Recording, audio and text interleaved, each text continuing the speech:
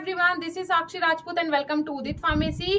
आज के इस वीडियो में सोशल फार्मेसी का कंप्लीट सिलेबस मैं आपके साथ डिस्कस करने वाली हूँ। साथ ही साथ उसमें कौन से इंपॉर्टेंट क्वेश्चन है और आपके सिलेबस में टॉपिक जो दिए हुए हैं आखिरकार उनके अंदर आपको क्या पढ़ना है, सारी चीजें सिलेबस में जो दी हुई हैं उनके बारे में आज डिटेल में डिस्कस करेंगे। सीधा चलता है कंप्यूटर की स्क्रीन पे।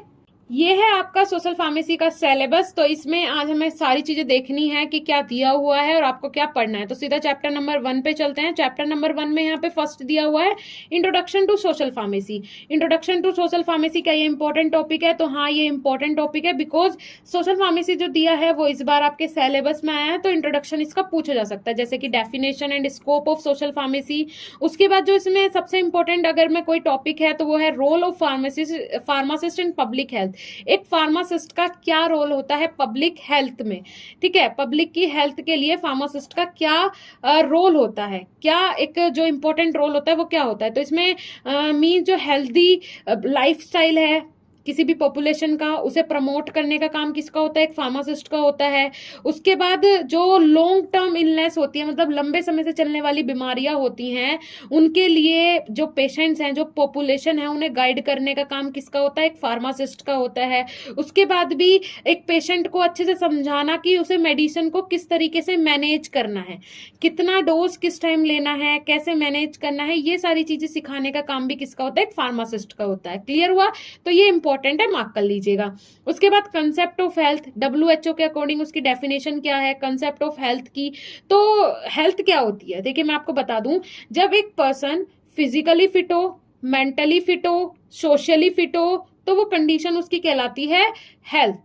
WHO के अकॉर्डिंग जब कोई पर्सन फिजिकली फिट हो, मेंटली फिट हो और सोशली फिट हो, तो वो कंडीशन कहलाती है उसकी हेल्थ। अब हेल्थ के कंसेप्ट्स क्या होते हैं, वो अलग अलग कंसेप्ट्स होते हैं जो जिसे कि हम हेल्थ को डिटरमाइन कर सकते हैं। उसमें अगर मैं यहाँ पे इंपॉर्टेंट की बात करूं जो इसमें दिया हुआ है, इसमें आपको पता चल गया। अब इसमें इंपॉर्टेंट जो है वो है हेल्थ इंडिकेटर्स।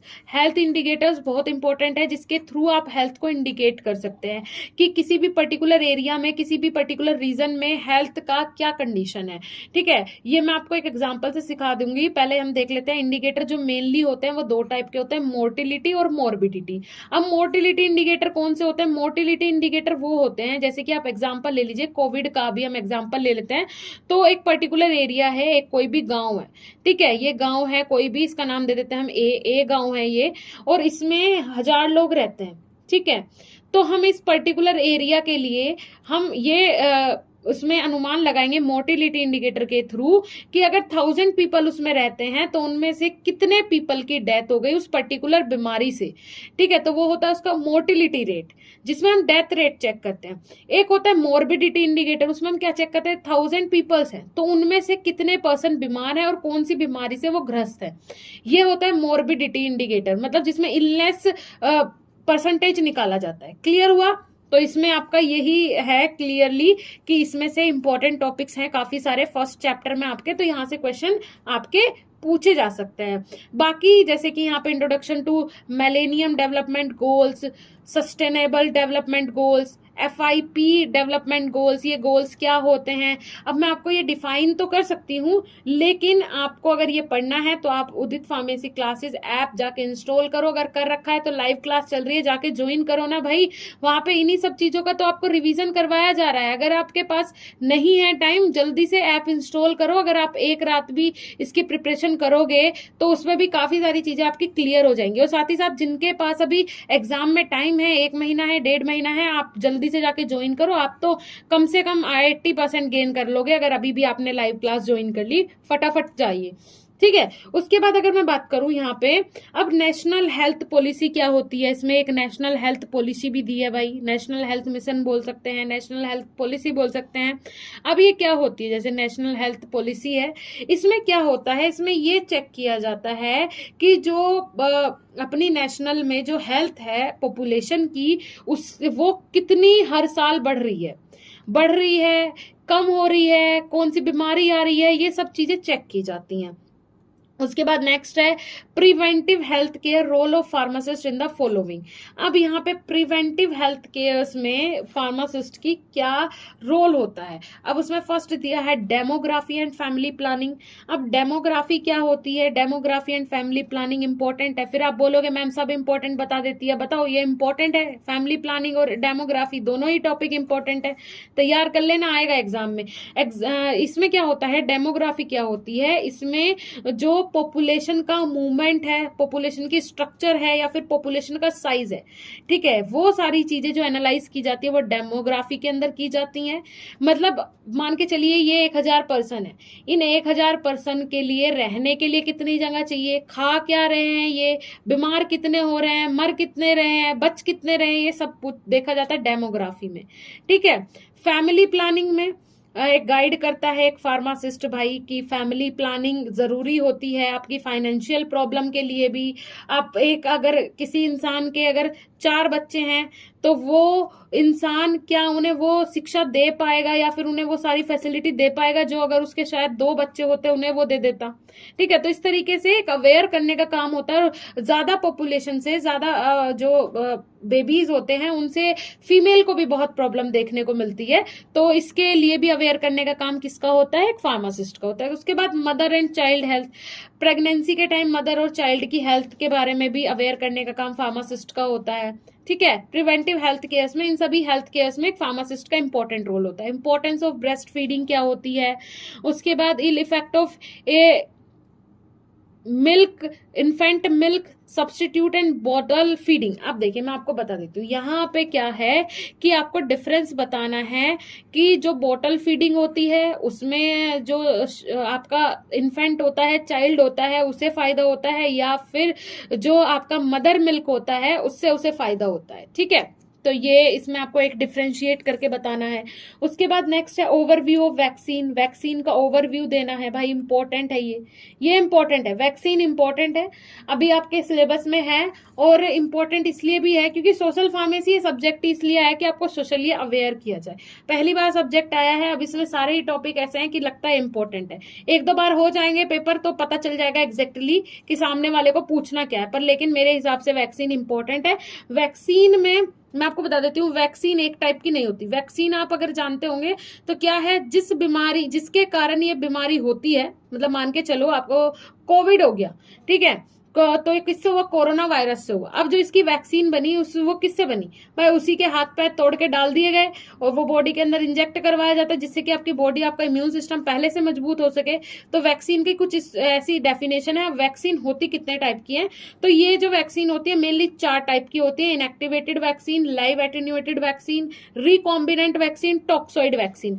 अब आपको ये भी कंफ्यूजन होगा भैया ये 4 टाइप की होती है तो इनमें डिफरेंस क्या होता है, तो वो देखने के लिए आप जाओ ना उदित फार्मेसी क्लासेस ऐप पे, सारी चीजें आपको एक्सपर्ट टीचर्स वहां पे पढ़ा रहे हैं, सब पीएचडी होल्डर्स हैं जो कि आपकी पूरी प्रिपरेशन करवा रहे हैं एग्जाम के लिए स्पेशली।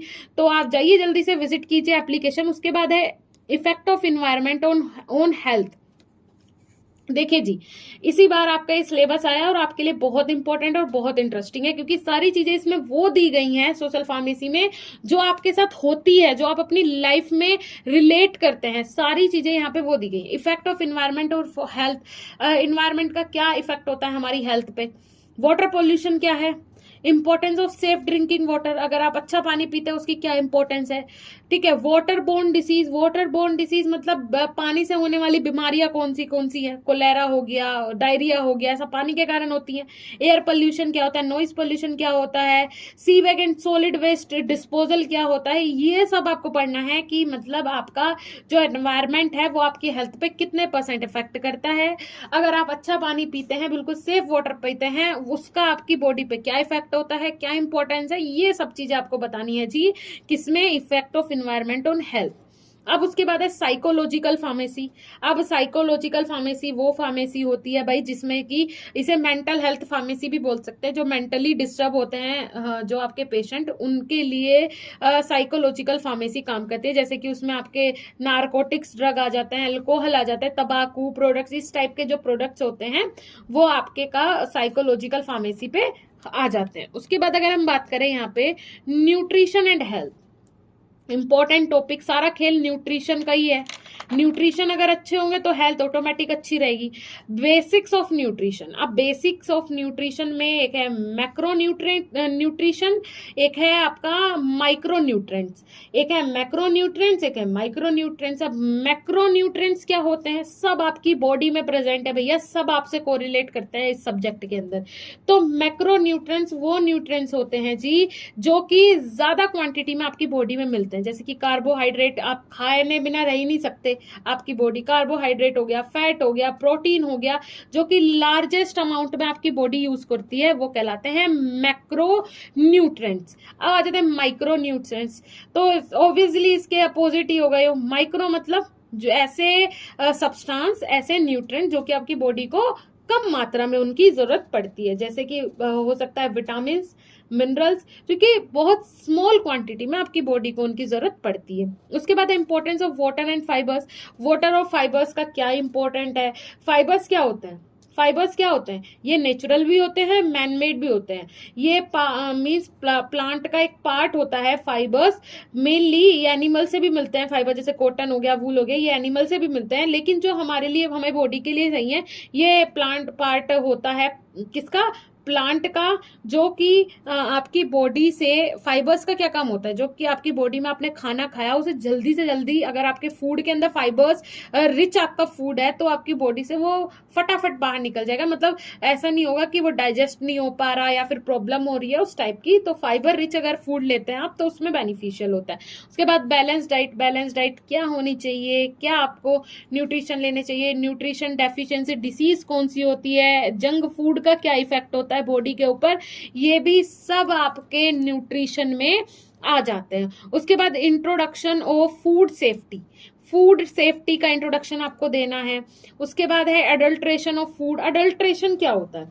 देखो, अडल्ट्रेशन मैं आपको बता देती हूँ। अडल्ट्रेशन का मतलब होता है मिलावट। मैंने आपको फार्माकोग्नोसी में भी पढ़ाया था, ठीक है। मिलावट का मतलब, जैसे कि फूड है, आपने देखा होगा जब मिठाइयाँ बनती हैं तो उसमें क्या, जो आपका सुक्रोज होता है, शुगर बोल सकते हैं, शुगर होता है, क्या शुगर की जगह उसमें क्या डालते हैं वो लोग? क्या डालते हैं? जब मिठाइयाँ वगैरह बनती है, आपने कई बार सुना होगा कि भाई वहां मिठाई बन रही थी और पुलिस आई और पुलिस ने छापा मार दिया। क्यों? क्योंकि उसमें कुछ मिलावट वो कर रहे हैं। लेकिन हम जब खाते हैं हमें क्यों नहीं पता चलता भाई? क्योंकि जैसा हमारा शुगर होता है उसी का सब्स्टिट्यूएंट वो मिलाते हैं। सब्स्टिट्यूएंट का मतलब होता है जो उसी के जैसा दिखे, उसकी जगह आसानी से ले सके, लेकिन वो हमारी हेल्थ के लिए पूरी तरीके से खराब होता है। क्लियर हुआ? तो ये होता है adulteration of food. Dietary supplements क्या होते हैं? ड्रग फूड इंट्रैक्शन क्या होता है? ड्रग का फूड से इंट्रैक्शन किस तरीके से हो सकता है? अब एक दिन में सब चीजें पढ़नी आसान नहीं है भाई। हम इतना बता सकते हैं कि ये चीजें होती क्या है, लेकिन इनके अंदर पढ़ना क्या है और आपको समझना कैसे है, वो आप जाओ जल्दी से लाइव क्लास ज्वाइन करो, वहां सब समझ में आ जाएगा आपने। उसके बाद है यहाँ पे 4th चैप्टर में दिया है जी एपिडेमियोलॉजी, और इसमें दिया है introduction to microbiology and common micro organism. Microbiology क्या होती है जी? माइक्रो ऑर्गेनिज्म क्या होते हैं? ऐसे ऑर्गेनिज्म जो आपको नेक्ड आई से ना दिखे। माइक्रो, छोटे ऑर्गेनिज्म, ठीक है, जो लिविंग तो होते हैं लेकिन बहुत छोटे होते हैं, हमें नेक्ड आई से नहीं दिख सकते। और माइक्रोबायोलॉजी, इन माइक्रो ऑर्गेनिज्म की बायोलॉजी पता करना, वो कहलाती है माइक्रोबायोलॉजी। एपिडेमियोलॉजी क्या होती है जी? एपिडेमियोलॉजी का मतलब होता है इसमें आपकी जो हेल्थ से रिलेटेड जो डिसीज होती हैं, हेल्थ के, इसमें बोल सकते हैं कि हम एनालाइज करते हैं हेल्थ का, डिसीज का, जिस कंडीशन में हो रही है। और एपिडेमियोलॉजी को आप महामारी बोल सकते हैं, महामारी, ठीक है। ऐसे आप इसकी डेफिनेशन अगर देखने लगेंगे तो काफी सारी है, लेकिन इसका अगर हम समझे तो इसे बोल सकते हैं महामारी। जैसे कि कोविड-19, ठीक है, ये क्या था? एक जो बीमारी है, कैसी है? एपिडेमियोलॉजी है एक टाइप का, जो कि फैल गई थी पूरी किसमें, एरिया में, एक महामारी मच गई थी। उसके बाद इंट्रोडक्शन टू एपिडेमियोलॉजी, एपिडेमियोलॉजी का इंट्रोडक्शन देना है, and its application, understanding of terms such as epidemic, pandemic, endemic, ये सारी चीजें देखिए। पेंडेमिक सिचुएशन क्या है? पेंडेमिक का आपने सुना होगा आज तक पे या फिर किसी भी न्यूज चैनल में, ये पेंडेमिक का टाइम है, इस पेंडेमिक के टाइम पे ऐसा नहीं करना चाहिए, इस पेंडेमिक के टाइम ऐसा हो रहा, तो वो क्या है, ठीक है, तो ये सारी चीजें किसके अंदर आ जाती है, एपिडेमोलॉजी के अंदर आ जाती है। और यहाँ पे भी देखिए tracking period of morbidity, mortality, इन सब का क्या कर रहे हैं यहाँ पे, ट्रैकिंग पीरियड चेक कर रहे हैं, वो भी सब एपिडेमोलॉजी के अंदर आ जाता है। महामारी के अंदर जो भी सारी चीजें होंगी वो किसके अंदर आ जाएंगी, एपिडेमोलॉजी के। उसके बाद causative agent, epidemiology and clinical presentation and role of pharmacist in educating in public prevention of the following communicable disease. अब एक फार्मासिस्ट का क्या रोल होता है, जो कि कम्युनिकेबल डिसीज होती हैं, जो कि एक दूसरे से फैलती है।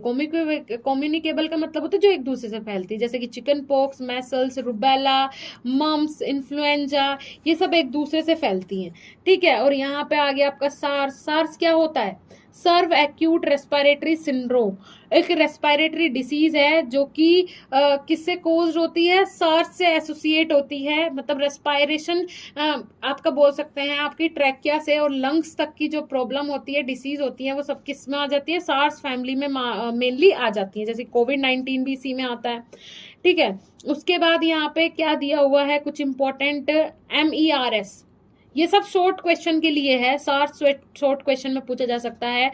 उसके बाद ये मार्स क्या होता है, अगर मैं इसकी बात करूं, ये मिडिल रेस्पिरेटरी सिंड्रोम होता है। ये एक वायरल रेस्पिरेटरी सिंड्रोम होता है जो कि कोरोना वायरस के टाइम ये कोविड-19 के अंदर ही आता है। मींस जो आपका मिडिल रेस्पिरेटरी सिंड्रोम होता है ये, जो कि मिडिल पार्ट को रेस्पिरेटरी के क्या कर देता है, खराब कर देता है। उसके बाद यहाँ पे आपका दिया हुआ है जैसे कि नेक्स्ट डिप्थेरिया। डिप्थेरिया क्या होता है, ये एक सीरियस डिसीज होती है किसकी, थ्रोट की, आपके गले की, गला सड़ना लगता है इसमें, जिसमें कि डिफिकल्टी होती है ब्रीथ लेने में, है ना, सांस लेने में डिफिकल्टी होती है बहुत। उसके बाद इंटेस्टाइनल इन्फेक्शन में वायरल हेपेटाइटिस है। हेपेटाइटिस क्या होता है, देखिए हेपेटाइटिस एक कम्युनिकेबल डिसीज है जो कि क्या हो जाता है, इसमें लीवर में इन्फ्लामेशन हो जाता है। इसके मेनली दो टाइप होते हैं, hepatitis A, hepatitis B, important है, मार्क कर लीजिएगा। इबोला क्या होता है, इबोला एक इसमें बहुत बुरी तरीके से फीवर हो जाता है और इसमें मेनली बहुत ज्यादा ब्लीडिंग होती है, ठीक है, ब्लीडिंग होने लगती है, ऑर्गन फेल हो जाते हैं और मेनली इबोला में अगर इसका ध्यान ना रखा जाए तो ये डेथ तक भी पहुंच जाता है बहुत जल्दी, ठीक है। कोलेरा मतलब क्या होता है, एक बैक्टीरियल डिसीज होती है जिसे आप हेजा भी बोल सकते हैं। डायरिया या फिर डिहाइड्रेशन हो जाता है और ये यूजुअली मेनली किसके कारण होता है, आपके वाटर डिसीज, जो वाटर बेस्ड डिसीज होती हैं उन्हीं के कारण होता है। जो आपका इन्फेक्टेड वाटर होता है उसी के कारण कोलेरा हो जाता है, ठीक है। उसके बाद अगर मैं बात करूं यहाँ पे, अगर कोई इंपॉर्टेंट है, पोलियोमेलाइटिस। पोलियोमेलाइटिस क्या होती है, ये भी एक वायरल डिसीज होती है जो कि आपके सेंट्रल नर्वस सिस्टम को इफेक्ट करती है, ठीक है। और आपको कंप्लीटली या फिर टेम्परेरी ये पैरालाइज भी कर देती है पेशेंट को, कंप्लीटली या फिर टेम्परेरी पैरालाइज भी हो जाता है पेशेंट अगर ये इन्फेक्शन हो जाए। उसके बाद अगर हम बात करें, यहाँ पे नेक्स्ट दिया हुआ है आपका arthropod bone infection. Arthropod bone infection, dengue, malaria, filariasis and chikungunya, ये आपकी कैसी हैं, ऑर्थोपोइड बोन डिसीजेज हैं। इनमें से इंपॉर्टेंट डेंगू ज्यादातर लोगों को होता है, मलेरिया होता है, तो इनके बारे में आपको डिफाइन करना होगा। अब ये डिसीज देखिए क्या होती हैं, अब मैं आपको वो बता देती हूँ ये डिसीज होती क्या है। इनमें एक ग्रुप होता है वायरस का जो कि पूरी तरीके से फैल जाता है और ये मेनली किसके कारण होता है, जो इन्फेक्टेड इंसेक्ट्स होते हैं उनके काटने से, या फिर इन्फेक्टेड टिक्स मतलब जो कीड़े होते हैं उनके काटने से, या फिर मॉस्किटो इन्फेक्टेड जो होते हैं उनके काटने से ऑर्थोपोइड बोन डिसीज हो जाता है, ये इन्फेक्शन हो जाता है, ठीक है। उसके बाद यहाँ पे अगर मैं बात करूं तो जो इम्पोर्टेंट है फ्लेरेसिस। फ्लेरेसिस क्या होता है, ये इन्फेक्शन होता है जो कि आपकी ट्रॉपिकल मींस आपके स्किन के ऊपर हो जाता है। ये भी किसी भी पैरासाइटिक राउंड वॉर्म के तरीके से दिखाई देता है। आपने देखे होंगे दाद हो जाते हैं, हिंदी में उन्हें दाद बोलते हैं। तो कुछ होते हैं इस तरीके के कि इस तरीके से राउंड हो गया पूरा, और कुछ होते हैं इस तरीके से कि एक आउटलाइन बनी होती है, तो वही इसके सिम्टम्स होते हैं। ठीक है, इसमें बहुत हैवी फीवर भी हो जाता है पेशेंट को और बहुत हालत भी खराब हो जाती है इस इन्फेक्शन के कारण। ये किससे होता है? वायरल इन्फेक्शन होता है। उसके बाद है surface infection, trachoma, tetanus, leprosy. Trachoma क्या होता है? ये एक बैक्टीरियल इन्फेक्शन है जो कि आपकी आई को इफेक्ट करता है, आई को इफेक्ट करता है सीधा। एसटीडीएस क्या होता है? ये सेक्सुअली ट्रांसमिटेड डिसीज होती हैं जो कि किसी से भी हो सकती है, बैक्टीरिया के कारण हो सकता है, वायरस के कारण हो सकता है, पैरासाइट के कारण हो सकता है। उसके बाद अगर मैं बात करूं यहाँ पे introduction to health system and all ongoing national health program in India, their objective, functioning, outcome and the role of pharmacist. अब एक फार्मासिस्ट का क्या रोल होता है, कितने नेशनल फंक्शन चल रहे हैं, कितने प्रोग्राम्स हो रहे हैं हेल्थ से रिलेटेड, वो सब एक किसका काम होता है? एक फार्मासिस्ट का काम होता है इन सबको कंडक्ट करने का, या फिर एक बोल सकते हैं एक जिम्मेदारी होती है फार्मासिस्ट की कि वो जहां पे हो रहे हैं वहां पे पार्टिसिपेट करे, या फिर नहीं हो रहे तो इस टाइप के प्रोग्राम्स करवाएं। उसके बाद फार्माको इकोनॉमिक्स। फार्माको इकोनॉमिक्स का मतलब होता है, देखो इसमें क्या होता है, कोई भी एक ड्रग है, जैसे कि हमने एग्जांपल लिया डाइक्लोजन है, ठीक है, और दूसरी कोई ड्रग है पैरासीटामोल, दोनों हम यूज करें फीवर के लिए, लेकिन इसमें फार्माकोलॉजिकल एक्शन चेक किया जाता है, दोनों में कंपेयर किया जाता है कि ये कितने टाइम में इफेक्ट कर रही है और ये कितने टाइम में इफेक्ट कर रही है, तो वो कहलाते हैं फार्माको इकोनॉमिक्स। इसमें काफी सारे कंसेप्ट आपके क्लियर होंगे। आप जाइए उदित फार्मेसी क्लासेस ऐप पे, लाइव क्लासेस चालू हैं, सारे वीडियो लेक्चर्स वगैरह सब चीजें आपको बता दी गई हैं और वहां पे कंप्लीट आपकी तैयारी भी करवाई जा रही है एग्जाम से रिलेटेड, तो आप जाके ज्वाइन कर सकते हैं। ओके, आपको वीडियो अच्छा लगा होगा, सारी चीजें समझ में आ गई होंगी मेरे हिसाब से। अगर कोई भी क्वेरी है इससे रिलेटेड आप कमेंट सेक्शन में कमेंट कर सकते